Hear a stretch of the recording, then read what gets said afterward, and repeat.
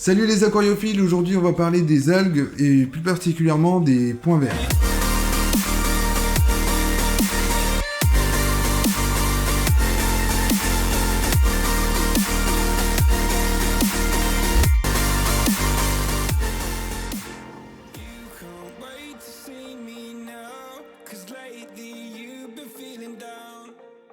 Les algues points verts, tu vois, c'est une algue particulière parce que elle est dite aussi encroûtante. C'est une algue qui se fixe souvent sur les plantes à pousse lente. Et tu vois, c'est difficilement retirable. Donc du coup, tu vas passer ton temps à frotter, ça se retire pas, tu comprends pas trop pourquoi. C'est une algue pas facile à s'en débarrasser, mais quand tu connais les bons trucs, finalement, c'est pas si compliqué que ça. Généralement, elles vont envahir les plantes à pousse lente, mais elles peuvent aussi envahir les plantes à pousse rapide.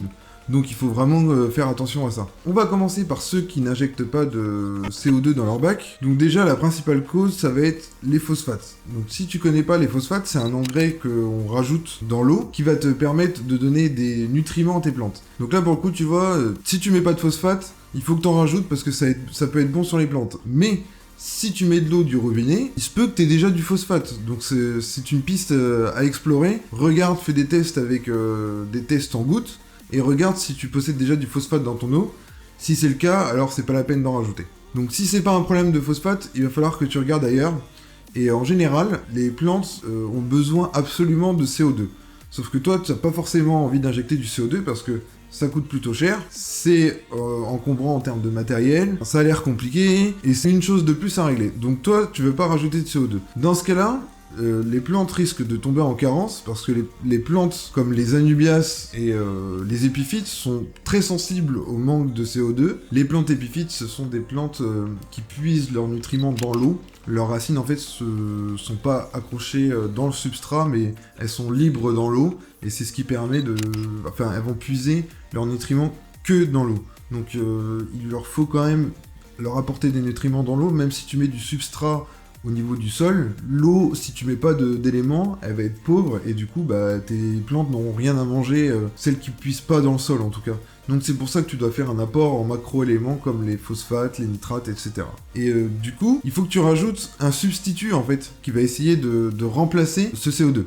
Donc moi, ce que je fais dans mes bacs sans CO2, c'est que j'ajoute du carbone liquide, mais pas n'importe lequel, j'ajoute un bon carbone liquide.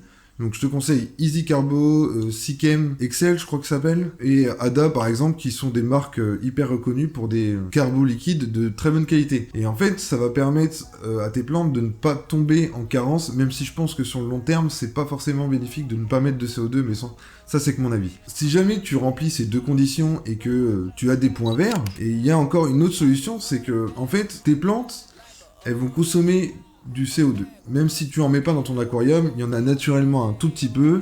Tu rajoutes du carbo liquide, ce qui permet aussi de compenser ce manque. Mais elles vont quand même essayer d'en consommer. Donc plus tu vas avoir de lumière, plus elles vont avoir besoin de CO2. Donc l'intérêt, ça va être d'avoir une lumière pas trop forte pour justement éviter que leur besoin en CO2 soit trop grand et qu'elles tombent tout de suite en carence. Si tu mets un éclairage pas très fort, et bien sur le long terme, ce sera déjà beaucoup mieux. Et même sur le court terme, du coup, puisque ça va permettre d'éviter toute carence comme ceci. Si jamais ton éclairage n'est déjà pas très fort et que tu as toujours ces points verts et que c'est spécifiquement sur les anubias, sur les épiphytes, comme Bolbitis, Bucephalandra, tout ça, le mieux c'est que tu planques un peu ces plantes. Tu vois, tu les mets dans les zones ombragées, tu les mets dans les endroits, dans les coins des aquariums, les endroits où il y a le moins de lumière possible.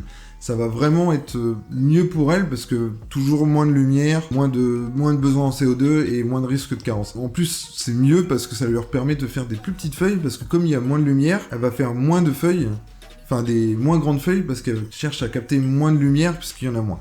Maintenant, on va passer sur la partie haute technologie. Donc, en général, on va pas plus parler de aquascaping. Donc, les aquascaping, c'est différent parce que généralement, tu pars de l'eau osmosée, donc tu n'as pas de nutriments déjà dans ton eau, et tu rajoutes tous les éléments. Donc, tu vas rajouter du phosphate, du nitrate, etc.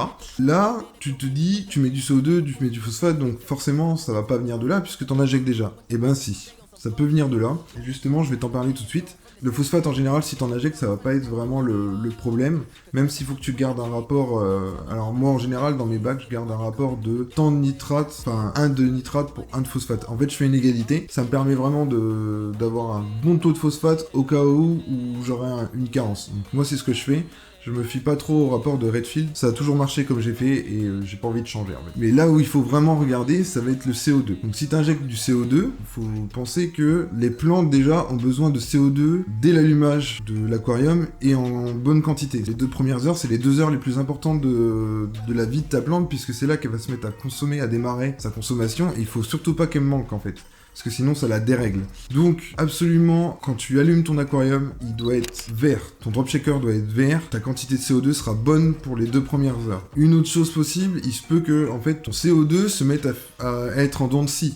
Donc par exemple, j'ai déjà eu le souci plusieurs fois par un kit défectueux où le CO2 montait, descendait tout au long de la journée. Où il descendait. Par exemple, au début de journée, tu l'as réglé, hop, il descend. Au bout de 2 heures, donc tu es obligé de le régler, il redescend tout le temps parce que soit ta bouteille est presque vide ou ton kit est défectueux.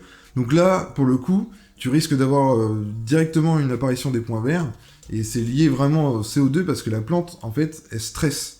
En fait, elle a besoin d'un apport régulier en CO2, et comme tu lui apportes pas de façon régulière, elle en prend, après elle essaie d'en prendre, mais elle en a plus. Donc tu vois, en fait, ça la fait stresser, et tout de suite, en fait, au lieu de garder tous les nutriments qu'elle a en elle, elle va se mettre à en relâcher, et elle va en relâcher sous forme de sucre. Le sucre, ça va directement dans l'eau se transformer en ammoniac, et du coup, ça a créé justement ces algues qui est les points verts, en fait. Et si tu as suivi ma vidéo sur la filtration, tu sais que ammoniac, c'est égal à algues. Si tu remplis tous ces points et que tu as toujours des points verts, sache que, en gros, les points verts, ça peut apparaître aussi pour d'autres raisons qui sont beaucoup moins fréquentes. Ça peut être, par exemple, tu as trop taillé ta plante. Alors, je vais pas parler des plantes pousse rapide, parce que, en fait, généralement, elles stressent pas autant que les plantes à pousse lente style Anubia.